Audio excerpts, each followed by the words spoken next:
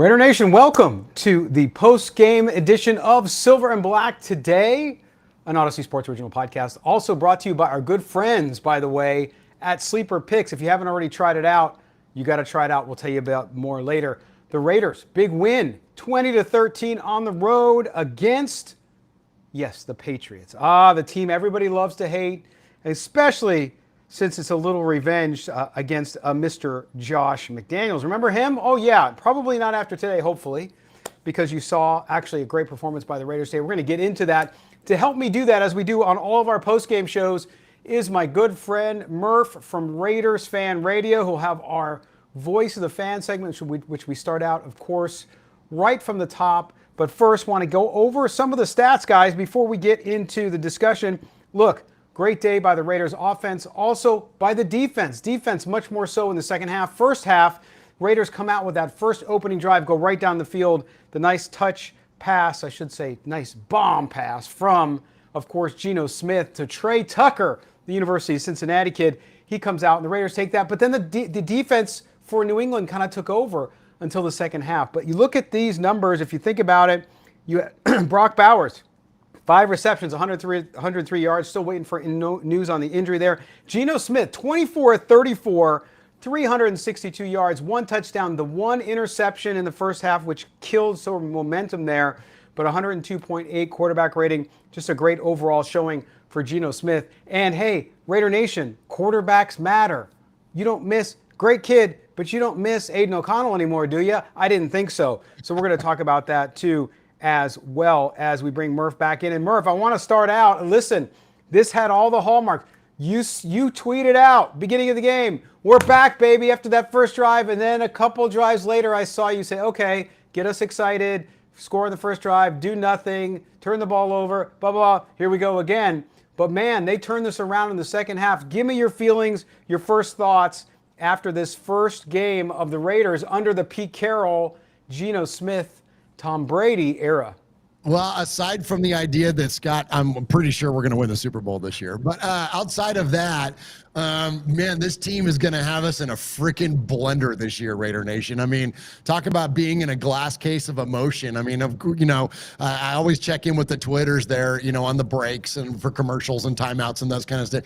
And it's like, and everybody, it was like we were all in unison today watching this game. We're all excited. We're all fired up going into this thing. And then coming out of that opening drive, it was like, oh my gosh, like deep ball, especially coming off of a penalty. It's like, oh my gosh, you mean like the Raiders actually like recovered quickly and pushed the ball downfield on a deep throw, like the Al Davis, the great Al Davis said, I'm not interested in I'm not interested in first downs, I want touchdowns. And it was like, holy crap, like, is this a Raider team over here we're watching? It was amazing. But then after that, Scott, it went, there you go, down the checklist. It was like scripted opening drive, couldn't get off the field on third down. We couldn't convert on third down.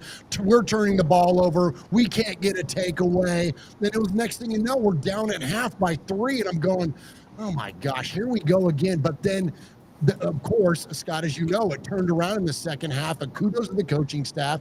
Kudos to guys like Jacoby Myers stepping up. We're going to start now saying our novenas for Brock Bowers because we're going to need that young man going forward. But in his place, Michael Mayer steps up, and it was like, there was a total team victory. And the last thing I'll say too, Scott, something that I was looking for at the end, I'm like, all right, where's our closer? It's time for Max and Malcolm to close this thing out, one or the other. And sure enough, Malcolm Koonce gets back there, deflects the pass by by Drake May, which, and it should have been, frankly, a fumble, but that's another story. But it was like, Scott, it started turning into a Raider game real fast.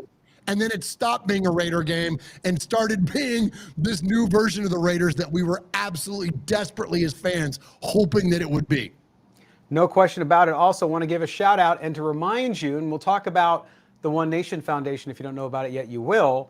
But all of our super chats here on the post-game shows go to the One Nation Foundation, which, again, Murf will tell you about later, helps Raiders charities as well. And Anthony Velasquez, of course, you know him well, Murf, gave us $10 here. Said, great halftime adjustments. O-line is a big worry coming out of this game. They got better at pass blocking in the second half, but run blocking was horrendous. And listen, no question, look, if you start to look at what needs to get better for the Raiders, there's plenty there. But Anthony, I'm going to ask you just to wait a minute until we talk about what needs to be fixed, because I want to talk about adjustments here. We always talk about on this show with myself and Mo, and I know you talk about it all the time as well, Murph, which is a team so many times will come out with a game plan, it starts to work, and then it doesn't work, and it's how you adjust from that will determine how you'll do the rest of the game. Well, the Raiders struggled after that first scripted drive, which was brilliant by Chip Kelly, could not find it on offense. Come out in the second half, it's a different story.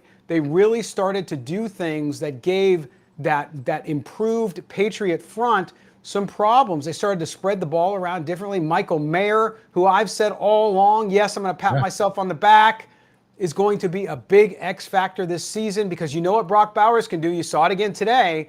But Michael Mayer is that X factor there, that second tight end, those two tight end sets that we've been so excited to see from Pete Carroll and Chip Kelly came true. And yes, the offensive line struggled. Listen, I'm not going to hide it, man. Murph, you can tell me what you think. Jackson Powers Johnson had a dumpster fire game. Okay, not only did he have 3 penalties, he gave up a couple sacks. It was brutal. Okay, he's playing a different position. He should not be playing like that nonetheless. So yes, there were problems up front, but you also have to look at the fact that they gave, to Anthony's point about pass blocking, they gave Geno Smith the time he needed pretty much the whole game. Yes, there were some sacks they gave up, and yes, you got to stop that. But at the same time, they gave him a clean pocket a lot to throw out of. Yeah, they did. They look good today on especially in the second half. But I'm with you on JPJ. Like, that's a reason for concern. You never want to see regression out of a player or a coach. Like, that's the ultimate. That's an ultimate indictment of where this thing is going to go. Let's hope it's just, singular to one game. But those zone pressures that they were coming up with, that New England was coming up with, and that's Mike Vrabel 101 right there, man.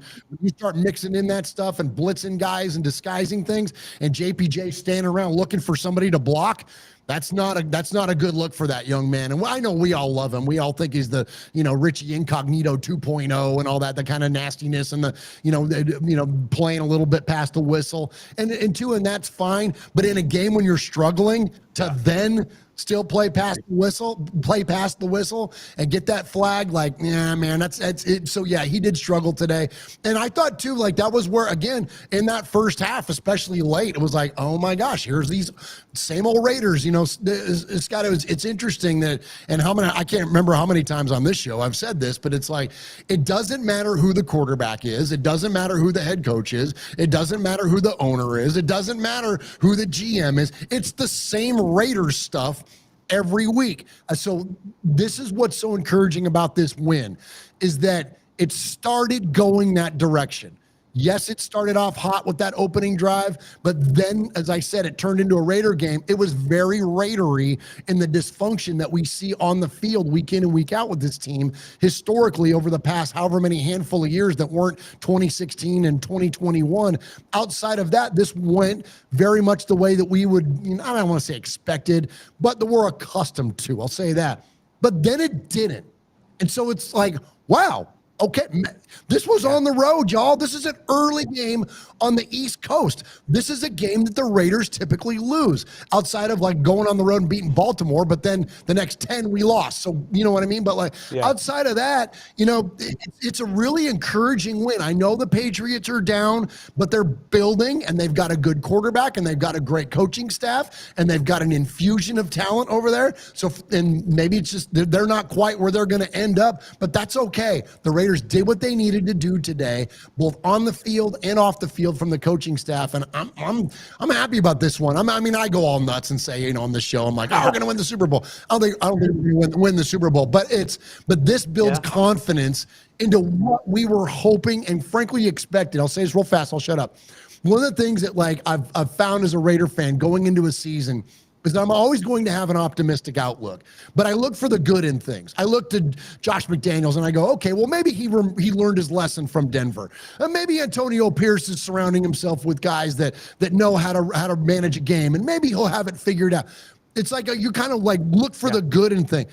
In going into this season, we've said, what Pete Carroll is. It's not I don't have to, guess and look for the good in him. You know what Geno Smith is. You know what Patrick Graham is. You know what Max Crosby. You know these are known things. So, and those things actually showed up today, Scott. And so it was exciting. It was a great way to start the season. I've said all along, for all the folks who called in, all of our viewers and listeners out there who talk about 11 wins and all this stuff, I'm not there yet, but what I did say was you should expect this team to be better, right? There's still some talent that they need.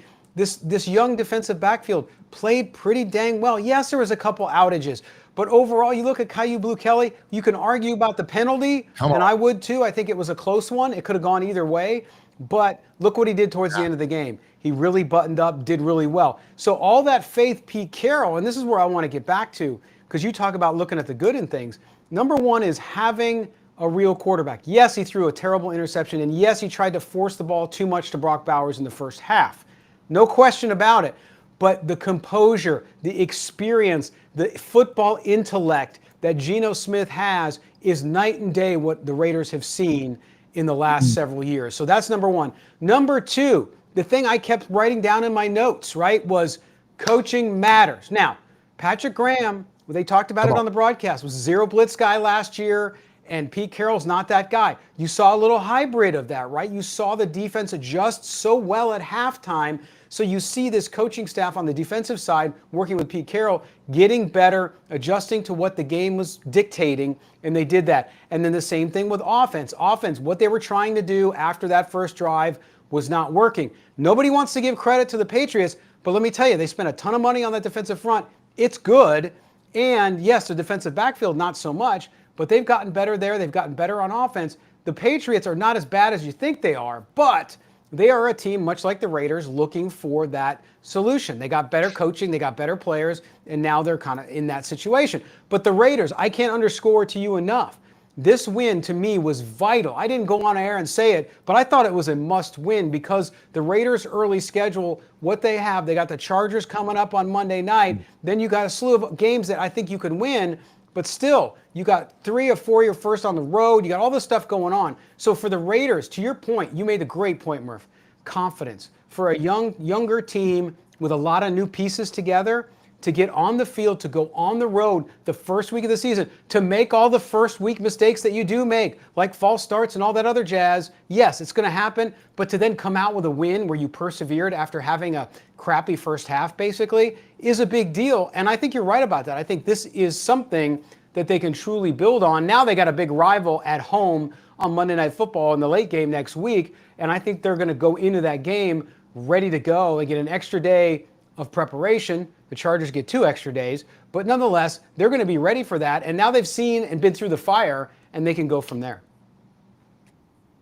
Yeah, you talk about a big game. I mean, this game against the Chargers coming up, I mean, that's a big one. We're talking about for first place in the division, potentially here. I mean, this could be a really big game for the Raiders. And I'm with you, is that I felt that same way. Like, I didn't want to overblow the importance of week one, especially being out of division, but it really was kind of a big deal for us to get that feather in our cap going into this Charger game, especially after they knock off, the Chiefs here earlier, just a couple days ago or yesterday, whatever it was.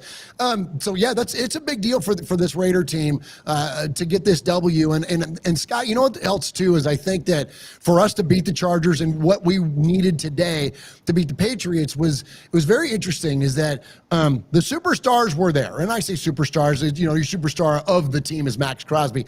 Max Crosby created that interception for Isaiah Palamau to go in there. Palamau made a great read and a great adjustment to the ball, so taking nothing away from that young man. But that doesn't happen without Max Crosby being disruptive and getting in the face of Drake May. And so you kind of expect your superstars to make plays. Something that I think today was really encouraging too was you mentioned Caillou Blue-Kelly. I'd also like to call out Dante Thornton. Like, these are guys that, they're young. We don't know what we're going to get out of them. And, I forget who famously said it. I think it was John Facenda said, great players aren't always great, but they're always great when they have to be. Now, I'm not saying that those two guys are going to be great players. Maybe they will.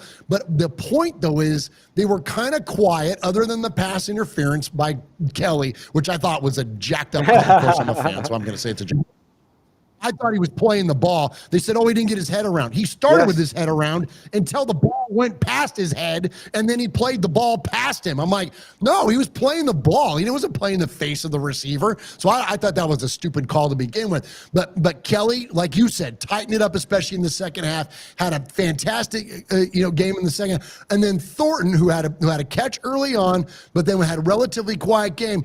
Until on that third down play, was it third? Was it one? I can't remember what the call was, but what the distance was. It was third and whatever it was. Late in the game, we needed somebody to make a big play. Freaking offensive line holds up. Geno's practically backtracking, almost off of his back foot, throws a ball where Thornton has his guy clearly beat. Like if Geno got more muscle behind that thing, that's going to the house.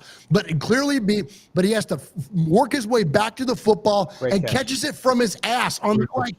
Wow! Like there we go. Like that's the things that win you football games, man. And so we're gonna need it next week. And I don't know who it's going to be next week. Maybe it'll be the same guys. Maybe it'll be different guys. Point being, though, is that those are the kind of plays that we haven't seen out of a Raider squad in a hot minute, man, where it was like, let's be clutch. And it's like, you know, you can put up stats, you can put up, whatever kind of numbers you want, whatever, but when does it count the most? And that's what I always say too, Scott, on these airways. Context matters. When do you do things in game? You can throw 3 touchdowns and 1 interception, but if you threw that 1 interception is when you're on the red zone getting ready to go and score game and it's a pick 6, well then guess what? Then you had a shitty game. Then you had a terrible game. So it's context matters, and the context today, I don't care what the stat line say. I'm going to ask you this. I don't know what Genty's stat line was today, but I'll bet you it was deceptively good based on what the optics were on what it looked like, because it looked like he was kind of getting bottled up after time, but then all of a sudden he would run off a 10-yard run. So, I mean, probably deceptively good, but the point being, though, is that, Scott, like, that those are the things that win you football games. On third down, you convert, and I agree with you on Deontay Thornton, by the way. Deontay Thornton, who made that incredible catch, and it shows you the confidence that his veteran quarterback has in him, too, right? You could say, well, that's the only place you can go. No, you're still not going to throw the ball unless you think the guy's going to make a play enough to go get it. And so you have to also, that's another thing that the quarterback gets you. But Deontay Thornton, absolutely. And Genty, some people bring up, oh, he only had 38 yards, 2 yards a carry. Doesn't matter. Now, 6 or 8 of those carries were at the end of the game where he was losing yards because they were just running the clock out, right? But nonetheless, he's a guy that they have confidence. He had a couple of those bigger runs at the beginning of the game, and he's going to be fine. But you saw the Raiders come out with their game plan. The Patriots have a very good defensive front. It was going to be tough to run the ball against them. Nobody was going to get 100 yards against them, just like the Patriots with their younger backfield too weren't going to get 100 yards against the Raiders. It wasn't going to happen. So they went to a more pass-friendly offense. This is what Chip Kelly does. He can spread it out. He can do all sorts of things. And that's what they were able to do. So absolutely a great call out by you. And because the offense now has so many weapons, Murph, you're going to see games where Jacoby Myers is always involved. And you're going to see games where it's a Brock Bowers game. Then you're going to see a game where it's a Michael Mayer game. You're going to see Genty games. You're going to see maybe Zamir White games. You don't know, because they have enough guys to spread the ball around. We saw Trey Tucker start off hot, right? Had another couple big catches as well. You're going to see that. That's what you want. You don't necessarily want every guy to have 100 yards. What you want them to do is make catches, make runs, make plays, as you said, when they matter the most. All right, we're going to do one thing here. We're going to take a break. We're going to go and give you a pick from our folks at Sleeper Picks. That's right. If you play daily fantasy with Sleeper Picks, our official sponsor here at Silver and Black today, you need to. It's a lot of fun. I'm going to tell you more about it right now, so hang in. All right, everybody. As you know, we now have a great sponsor here, Sleeper, which has a special offer for you. We're going to do some picks because I'll tell you what, when you're talking about Sleeper, I don't know if you're familiar with it, but do you think you know football? Because try to run your football knowledge and turn it into real money with the Sleeper app with Ultimate Fantasy Sports.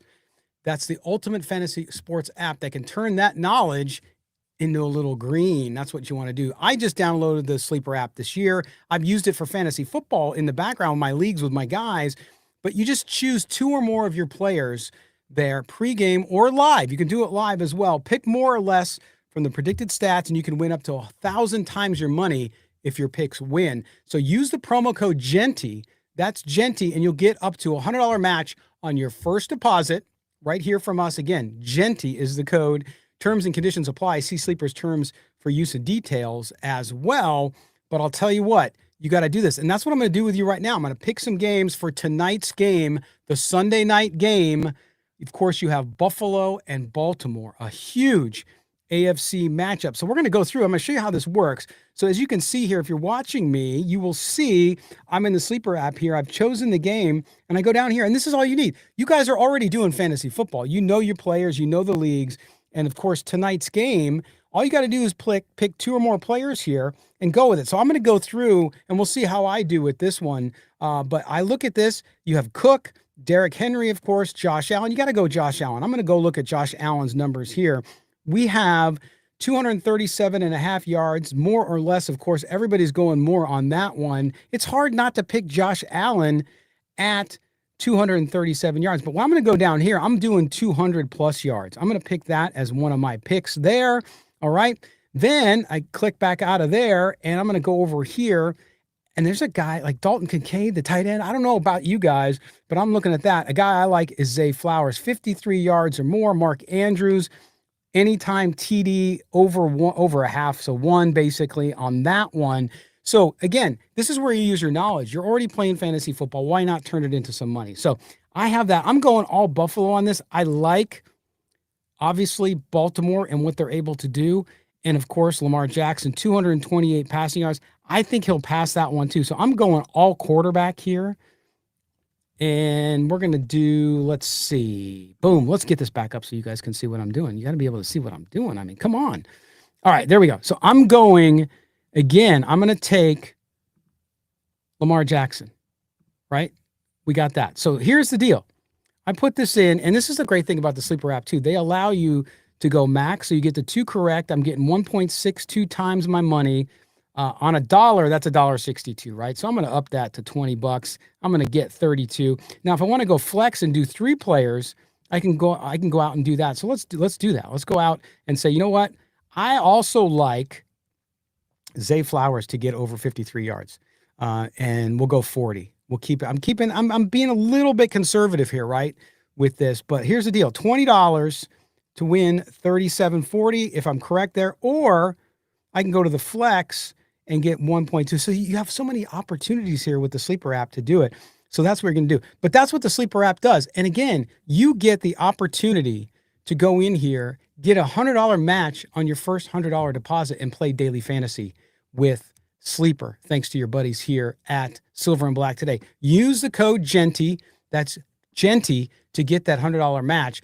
Get in there with me. Tell me what you got. We're going to be doing picks on every show with our friends at Sleeper. Don't forget, use the code GENTY, $100 match on your first $100 deposit.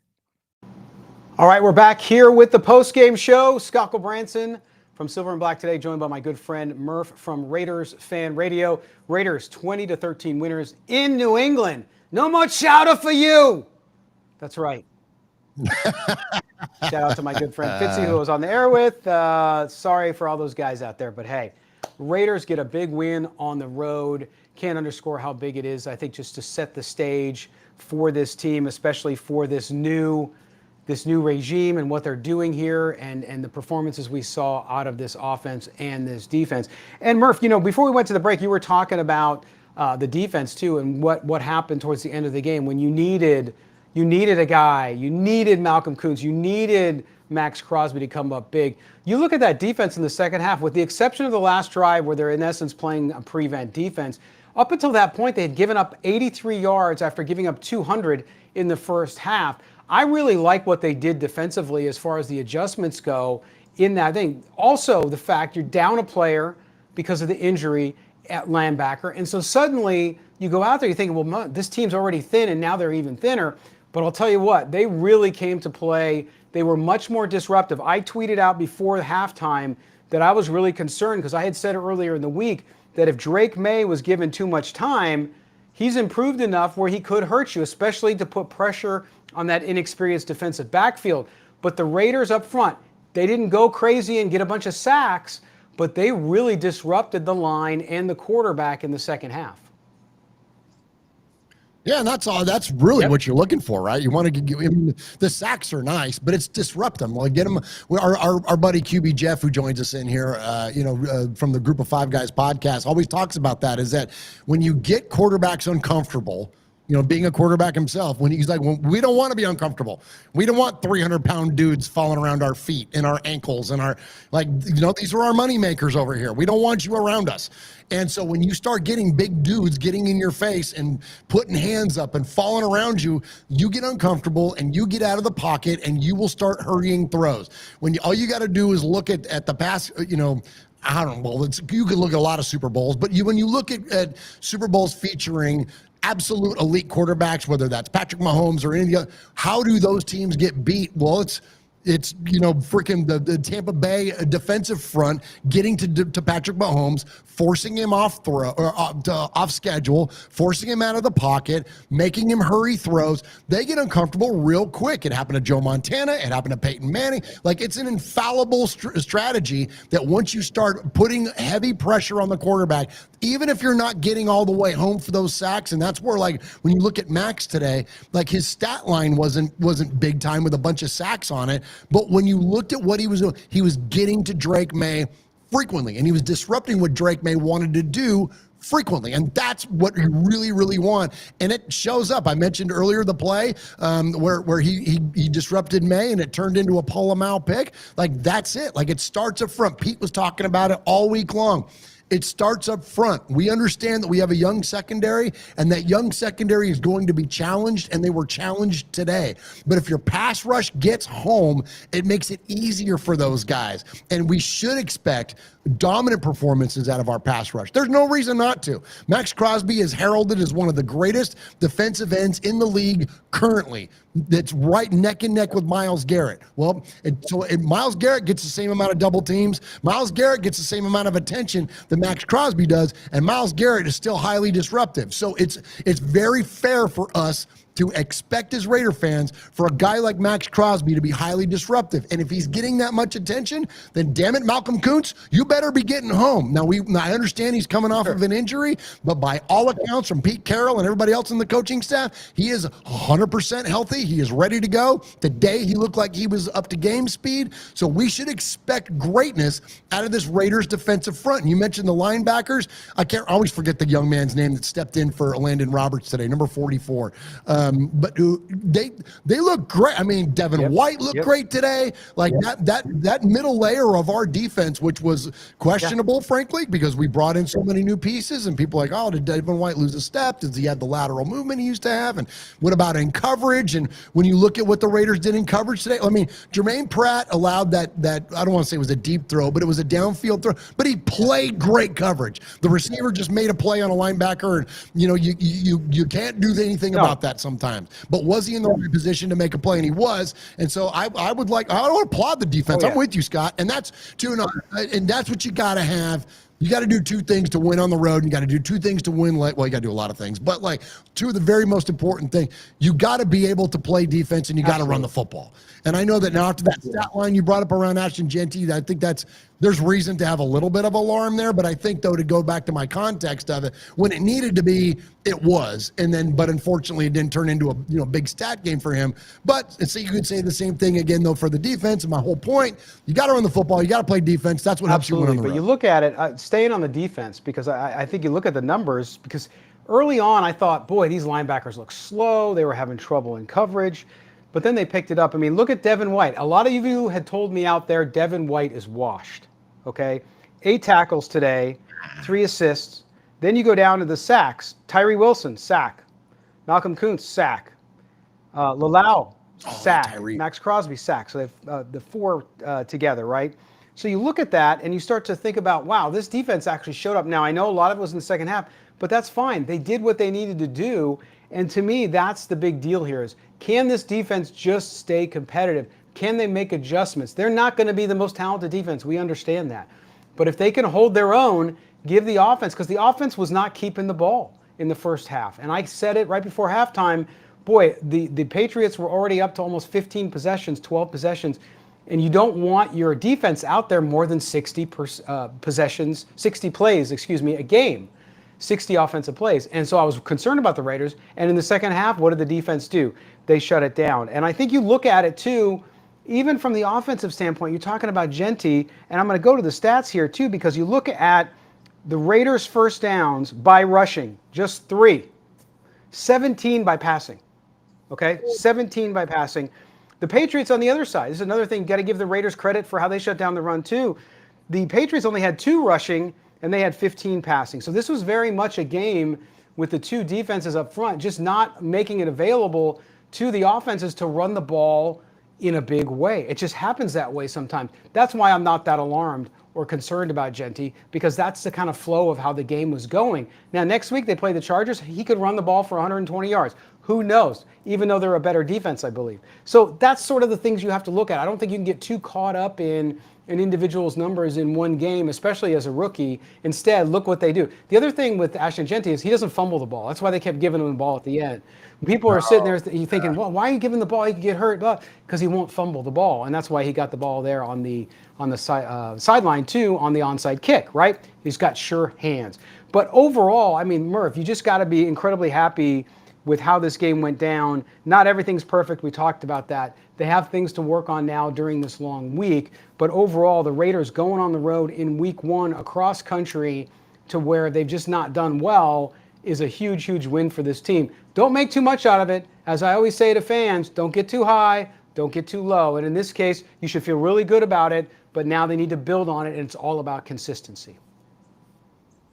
Scott, we're in a glass case of emotion no matter what. I know you can give that very objective, very thought out advice, but I always speak for myself. I can't do that. I'm literally living play to play, series to series on this damn thing.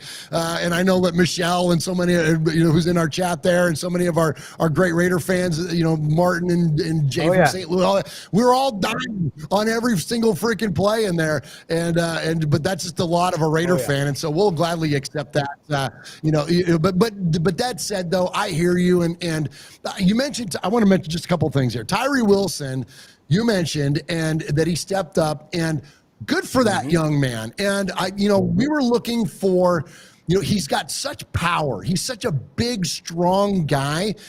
So for him to finally show up, and to do it against,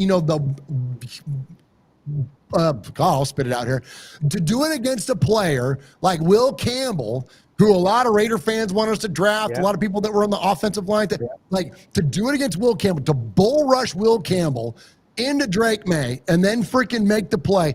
That was awesome, man. And congratulations to that young man on coming up big on that play. And now let's do it again. Now let's keep that thing going. Let's absolutely keep that thing going when it comes to Tyree Wilson. Another player I want to call out, Scott, Jacoby Myers. Pay Jacoby Myers. Spytek, I don't know what you're waiting to see. Pay him. Extend him. You guys had talked about giving him a pay raise on this year. I always say this is that contract, because a lot of people are like, oh, he was so great, did this last year. He did this 2 years ago. He did whatever. NFL contracts pay you on what they think you're going to do, not what you've already done. There is no such thing in the NFL. You can fight me on Twitter all day long. I will stand by this forever. You do not get paid in the NFL based on what you already did. You get paid based on what they think you're going to do. Well, today, Jacoby Myers showed the Raiders and John Spytek what he's going to do. So, God dang it, pay that man. Like, we need him. Oh, yeah. You know what I'm saying? Like, we need a guy like Jacoby Myers. The other thing I'm sick of, too, is some fans arguing with me, well, he's not a true number one. He's your number one. Until he's not, he's your number one. I'm not saying you're going to pay him Justin Jefferson money. I'm not there. What I'm saying, though, is you got to give him what the market bears, and you have to do that. He just went out. Look, he asked for the trade. It was a negotiating tactic. You understand it. But look what he does in the first game and what he means to your team. That's only going to get more important as time goes on, so I'm right there with you. Yeah, absolutely. Yep. It's time, man. It's time to get that man paid, get that thing locked up. And I'm with you. Like, is he going to get paid as a true number one? Is he going to get $30 million a year? Probably not. And that would probably be an overextension by the Raiders. But it's not like we don't have the money. There's money there. What are we doing there? Like, what are we? There's money there. Like, what are we hand wringing about? We've got a quarterback on a very friendly deal. Our superstars on offense are all on rookie contracts. Like, Come on now. Like, you know what I'm saying? So, like, even our impact players that are not Max Crosby, it's all pretty freaking team friendly. So the Raiders aren't in a pinch like it used to be back in the day. So anyways, all that said, I'm with you, Scott. This was like an overall, when you start looking at the individual performances, when you look at the coaching adjustments, when you look just everything outside of the lapses that we had in the first half, heading into into halftime. Outside of that, this was a pretty freaking good game to watch today. I think it's something that the Raiders can build on for sure. I think it's something that as fans, we can have confidence that it's like, all right, well, if we can do that out of the gate while this new squad is together, this new coaching staff is together, then there's something to build on there. And now, all it takes is for the Titans to take out the freaking Broncos today, and all of a sudden this game next week is for first place. Like, what else could you want? And going into week 2, and this could potentially be for first place. My gosh, Scott. I mean, that's like, I didn't know who to thunk it, not me, and here we are on the doorstep of that. So freaking go Titans. You gotta love it. Now, Murph, the other thing I was going to tell you was, the one thing that I keep telling people about is if you look at the history, Mo and I do a bunch of homework on this stuff, the history of Pete Carroll's teams. Pete Carroll's teams like to make it close at the end, both when they have a lead and when they're coming from behind. So, Raider Nation, invest in some antacid if you don't already have some, and get ready, because I think you're going to have a lot of games that you're going to see like this. Maybe not as messy in certain spots, but you're going to see a lot of games where this Raider team might be behind and have to come back and win, or might have a lead and they're going to make it a little too close for you, too close for comfort to make you a little bit nervous. But that's okay. As long as you end up winning those games, then you're all going to feel pretty good about it. Now, Murph, we talked earlier, all of the super fan donations here on Silver and Black today during the postgame shows, they go right to the One Nation Foundation. All the hard work you and Jeff and Michelle do with that charity, including what people saw at the preseason game here on our air and on your air with Raider Dad. But tell everybody about the One Nation Foundation, what you do and how they can help. Yeah, thank you, Scott, as always, for the platform to talk about our nonprofit. So we realized back in 2019 we can make some money with what we do here at Raiders Fan Radio, and we decided quickly that we wanted to give that all away. So we support various Raiders-related charities throughout the course of the year. We always tell them and make sure that it's perfectly clear that the money that is raised comes from the generosity of Raider Nation. When we say Raider Nation is family, when we say La Familia, it's not a joke. It's for real, and nothing exemplifies that family environment of this incredible fan base better than the way that Raider Nation supports communities and those that are, whether they're underprivileged or in need. And so that's what we try to reach out to with our foundation, is to folks like the good folks at Raider Dad, who I know you've had Josh Camonite and Raider Dad here on this show numerous times. They are taking underprivileged kids to Raider games and also their families, and providing tailgate experience and all kinds of amazing, whether that be gear or just food or whatever the things are that make a Raider game day so amazing. The folks at Raider Dad are doing that, and we did 59 families that we took, 59 kids and their families to the game, the preseason game against the Niners this week. And all the tickets come from donations.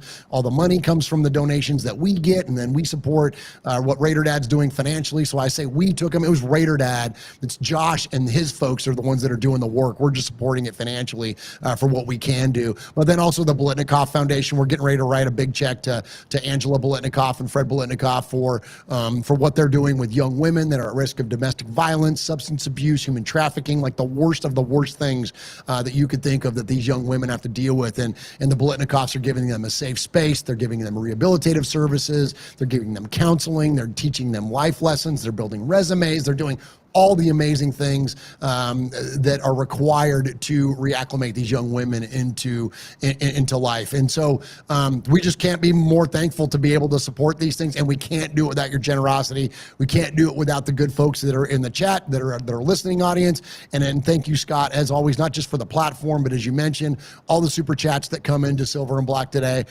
Scott writes us a check and sends out sends all of it our way, and we could not be more thankful for that, Scott. Scott. You know, I say this every year, and I hope you don't get sick of hearing me say it, but it's the damn truth. To give a knucklehead fan in his basement, you know, a platform like this to not only talk about his favorite football team, but to have an opportunity to raise some money for somebody like yourself that comes from legacy media, where a lot of times, you know, we get judged as being podcasters and stuff, you know, and we get like considered less than or whatever. You know, we just unapologetically support our team and try to do some good for those that are around us, and for have somebody like you to be willing to give me this platform and our nonprofit this platform. I just can't thank you. I just want to say that in the first, and I promise I won't gush over this every week, but I want to say it and make it loud and clear for anybody that's listening, coming in here in week one. Scott doesn't have to do this for us.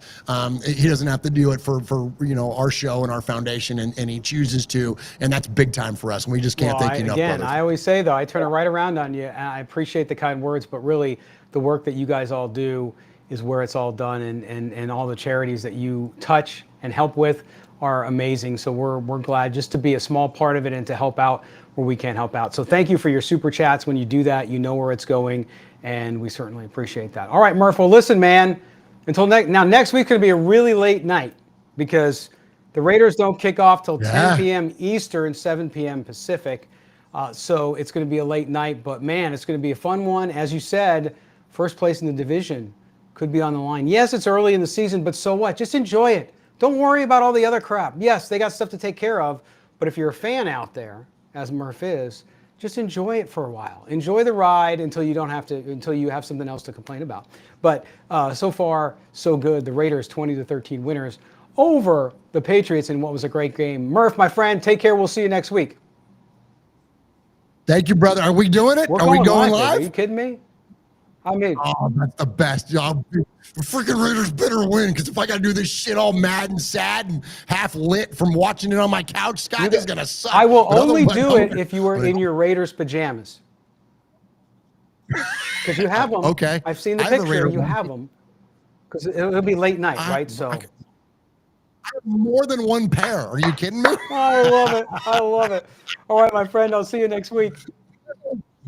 All right, there you go. The great Murph from Raiders Fan Radio. Thank you guys all for being with us here on the live post-game show. Don't forget to catch our next regularly scheduled podcast on Tuesday. Mo and I will be back. We'll go over some more details of the game, a little bit more of a breakdown on that one as well. Also, don't forget that we will be here talking with you after every game live, so make sure you're here with us as well. Don't forget to subscribe to the YouTube channel wherever you're watching us. Also, don't forget to subscribe to the podcast. We are an Odyssey Sports original podcast, and you can rate and review wherever you get your audio. We certainly appreciate that as well. And I got to tell you one last time, the Sleeper app, Sleeper Picks, tonight's game. I gave you some picks there during the break. Make sure you do that. You sign up now, put a $100 deposit down to play daily fantasy, and guess what? You get $100 from us using the code GENTY. That's GENTY. So again, thanks to our friends over at Sleeper, and most of all, thanks to you, Raider Nation, for being with us here on Silver and Black today. For our producer, Mike Robier, for Murph from Raiders Fan Radio, I'm Scott Gulbransen. This has been Silver and Black today. We'll talk to you guys on Tuesday. Bye-bye now. Have a great rest of your weekend.